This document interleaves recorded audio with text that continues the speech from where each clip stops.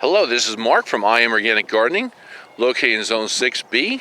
And today, on May 1st, this is part 6 of how to start a garden or food forest. The last time we were out here is when I was planting up all these peach trees that you can see in a row right there in front of your screen. You can see the little tag in the middle there. Now, they're starting to bud out. I'll get a closer look at that, but the main goal that I want to show you is how that winter rye is doing. It has really taken off since January.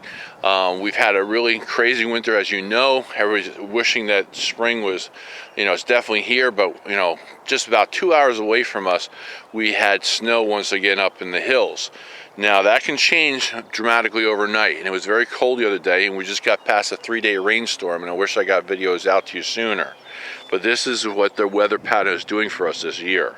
So here we have our first peach tree that we planted back in January this year.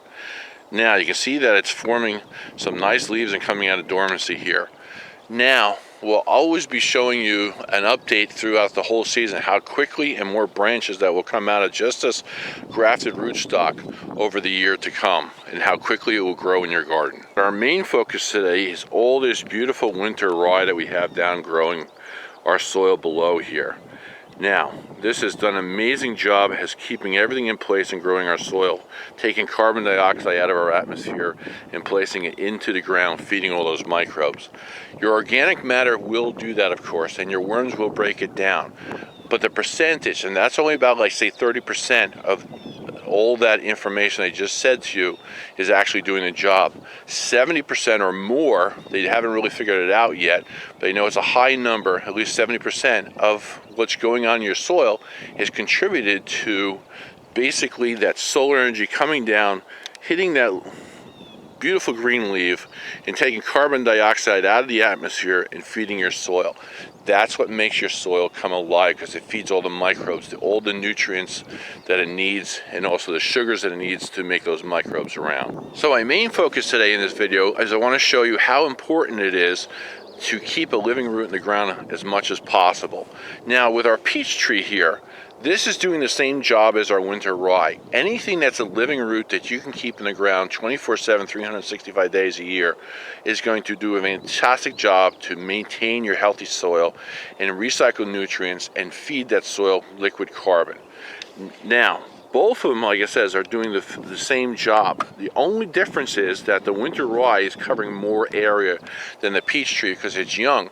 Once the roots continue to go out, then it will build up a mycorrhizal fungi network and help increase the health of your soil. But in the meantime, that winter rye is bridging that gap to keep everything alive in that soil. Now again, like I mentioned before, wood chips and worms do an amazing job building soil also too, or growing soil, but they can never achieve this in a short period of time.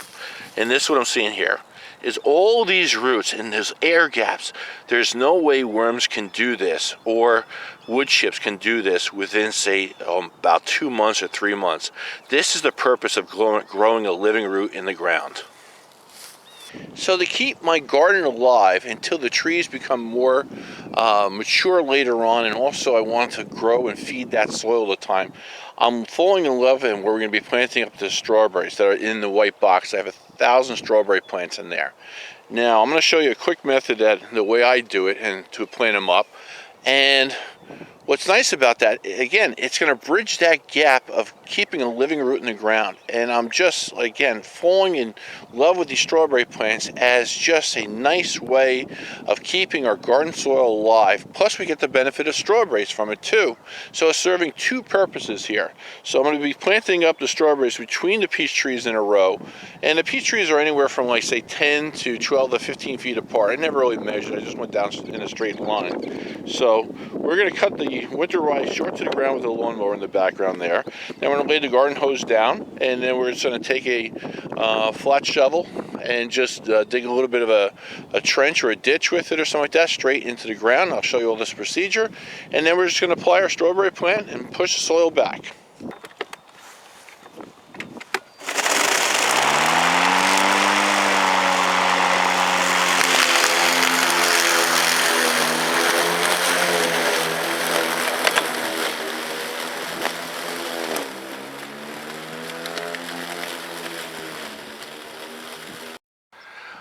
I want to show you this example. So when I first cut the winter rye, I set it up on a decent setting so it doesn't bind up.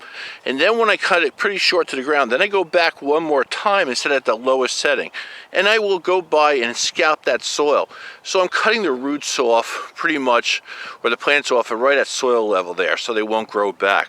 And this way I can plant my strawberries right into this, and this is considered really basically no-till.